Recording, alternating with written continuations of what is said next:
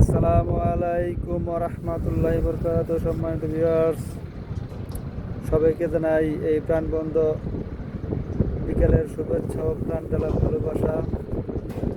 আমি নাজমুল সৌদি আরব থেকে বলছি। ভিডিও দেখবেন, লাইক কমেন্ট শেয়ার করবেন। ইনশাল্লাহ আস্তে আস্তে দেখতে দেখতে ভালো লাগা থেকে ভালোবাসা হয়ে যাবে ইনশাল্লাহ। আজকে আমি একটি হাদিস নিয়ে আসছি। হাদিসটা অতি গুরুত্বপূর্ণ একটা হাদিস। হাদিসটা হচ্ছে, আপনারা হাদিসটা পাবেন মিশকাতুল মাসাবির 4294 নম্বর হাদিস। হাদিসটা মুত্তাফাকুন আলাইহি, বুখারী মুসলিমে বর্ণিত আছে। বুখারী 5623 নম্বর হাদিস আর মুসলিম 2012 নম্বর হাদিস। এখানে আল্লাহ রাসূল সাল্লাল্লাহু আলাইহি ওয়াসাল্লাম বলতেছেন, জাবির রাদিয়াল্লাহু আনহু থেকে বর্ণিত, তিনি বলতেছেন যে তোমরা যখন সন্ধ্যা নেমে আসে তখন তোমাদের সন্তানদেরকে আবদ্ধ রাখো, তাদেরকে বাহিরে ছেড়ে দিও না, ঘরের ভিতরে রাখো।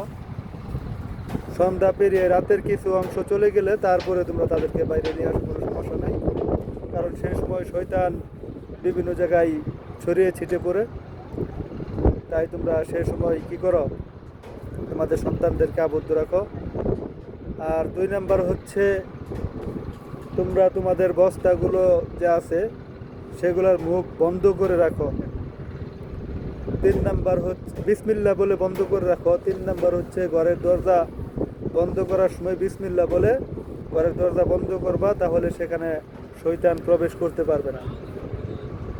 আর সবচেয়ে মূল যে কথাটা হচ্ছে, আমরা দেখা যাচ্ছে খাওয়া দাওয়ার পরে আমাদের হাঁড়ি পাতিল সেগুলোকে ঢেকে রাখি না, সেগুলোকে আমরা আলগা রেখে দিই।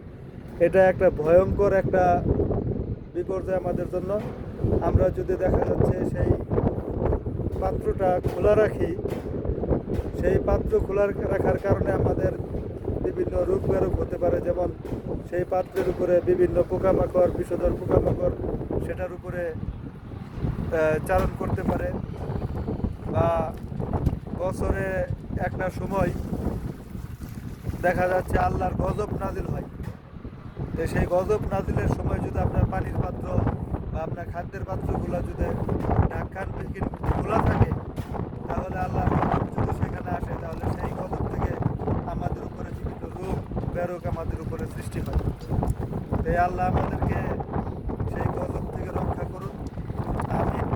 আর সবচেয়ে বড় কথা হচ্ছে, আমরা খাওয়া দাওয়া শেষে, রান্নাবাড়ি শেষে আমাদের পাত্রগুলোকে ঢেকে রাখবো।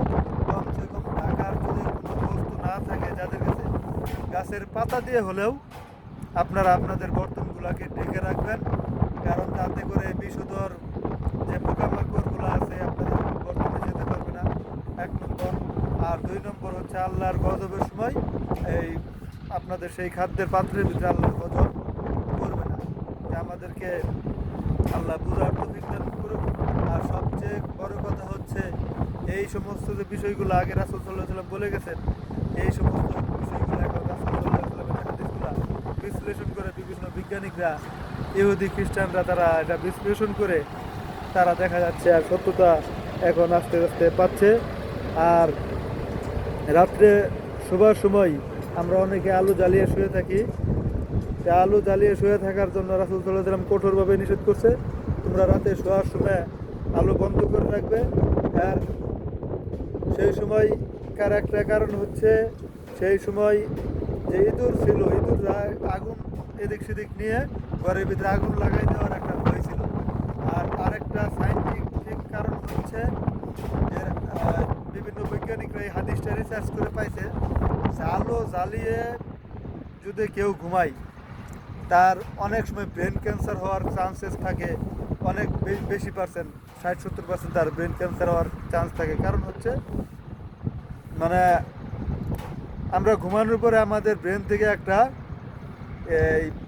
নিঃসরণ হয়, সেটাকে ইংলিশ ভাষায় কী বললো সেটা ভুলে গেলাম।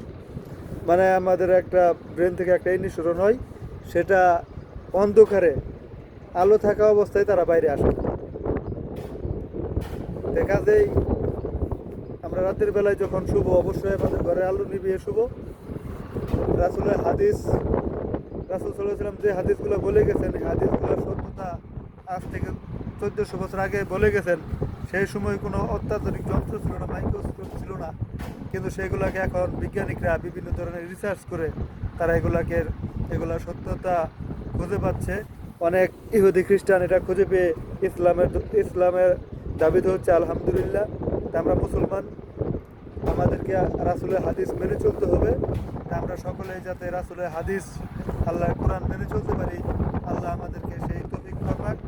এই বলে আজকের মতো আমার সংক্ষিপ্ত আলোচনা এখানে শেষ করছি। আসসালামু আলাইকুম ওয়া রাহমাতুল্লাহি ওয়া বারাকাতুহু।